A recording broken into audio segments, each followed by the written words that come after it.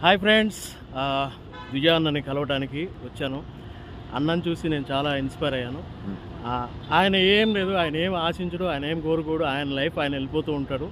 కాకపోతే నేను బాగా ఇన్స్పైర్ అయ్యాను.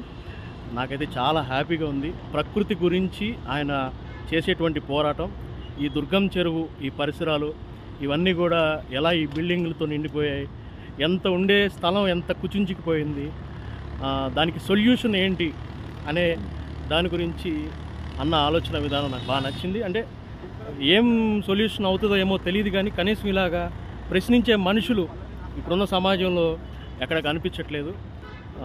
అన్న నాకైతే చాలా హ్యాపీగా ఉంది. మీరు మీ వేలోనే వెళ్ళండి. గతం మీకు వద్దు, అసలు ఎవరికి అవసరం లేదు. మీ గతం ఎవరికి అవసరం లేదు. మీ భవిష్యత్తు ఇట్లా మా మిగతా నలుగురిని కూడా ఇన్స్పైర్ చేస్తూ ఉంటే కొంతమంది వస్తారన్న. ఎంతో కొంత ప్రకృతి ప్రేమికులు ఉంటారు, వాళ్ళు కూడా ఇన్స్పైర్ అయ్యి ఏదో రకంగా చేస్తారని అనుకుంటున్నాను.